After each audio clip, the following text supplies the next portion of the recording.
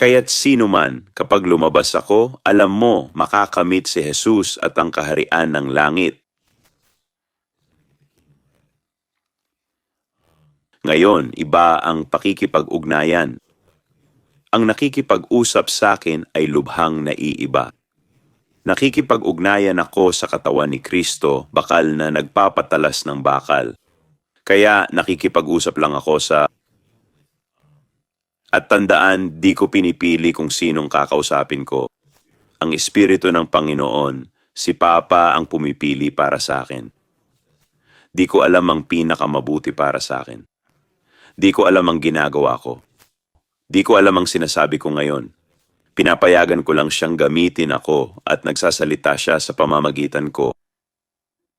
Walang araw sa 5+ taon na di ako gumugugol ng oras sa kanya, ako at si Papa lang.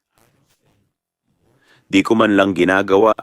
Di ko gusto ang salitang iyan. Namumuhay lang ako sa Diyos, minamahal ang lahat, at nagliliwanag at pinalalaya siya sa bawat